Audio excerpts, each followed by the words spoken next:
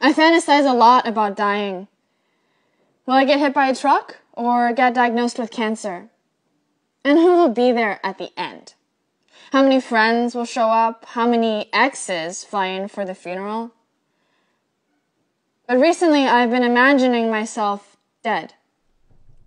Hands splayed out with a bullet in my chest, I imagine the police arresting me for wearing black. Government making me disappear for writing this poem. Or saying, fuck detention camps.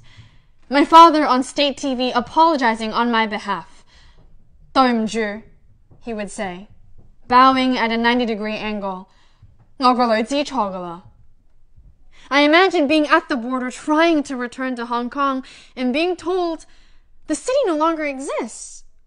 Oh, I would say. So I'm dead. I wanted to write a beautiful poem, but another student has died. Another 21-year-old shot for wearing black, another 15-year-old girl's body found at the bottom of the ocean, another campus of students writing their death notes as I speak. Today is the 162nd day Hong Kong fights for its survival, and I want to tell you an accurate story of just facts. My name is Stephanie Kuo, Guo Gai. I was born in 1995 in British colonial Hong Kong, and most of my life has been a ticking time bomb of censorship and surveillance, autocracy and propaganda. Today is the 162nd day my people have been taking to the streets.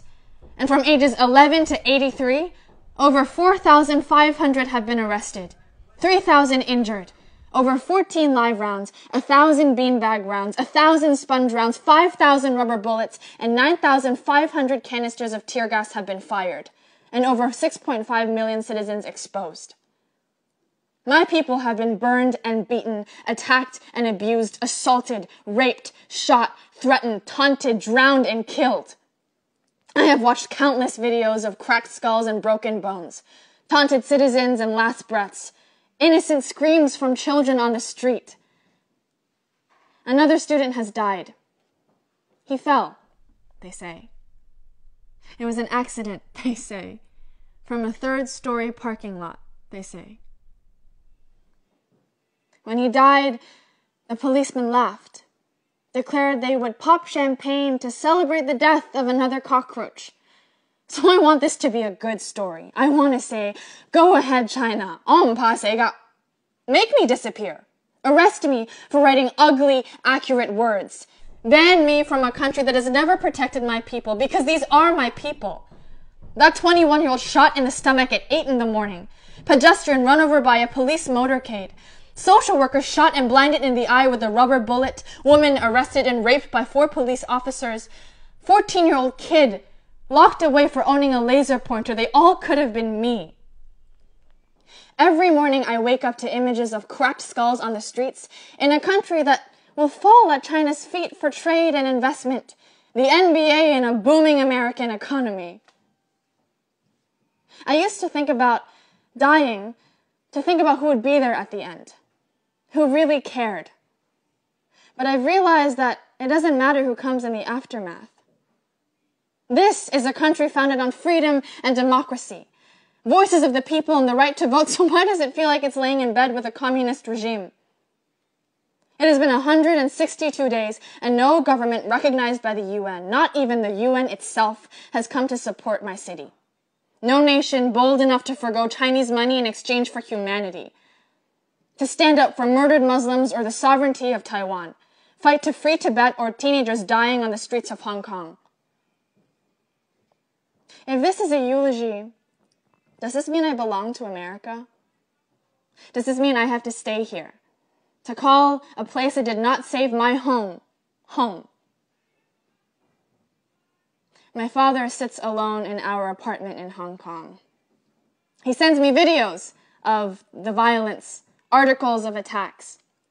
He says he's excited for me to come home this winter. He says, it's dangerous out there. Don't go out on the streets. You could die.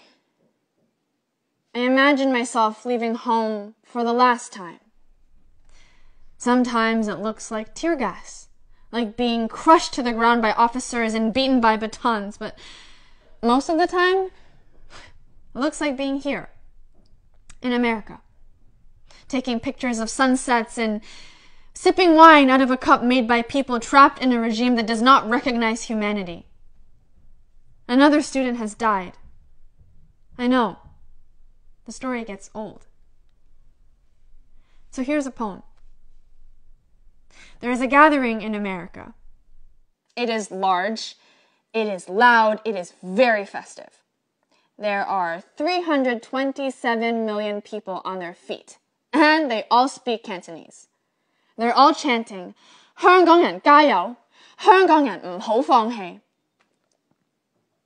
It is a celebration and not a funeral, a poem and not a eulogy. It overflows out of America, and nobody's wallet relies on China.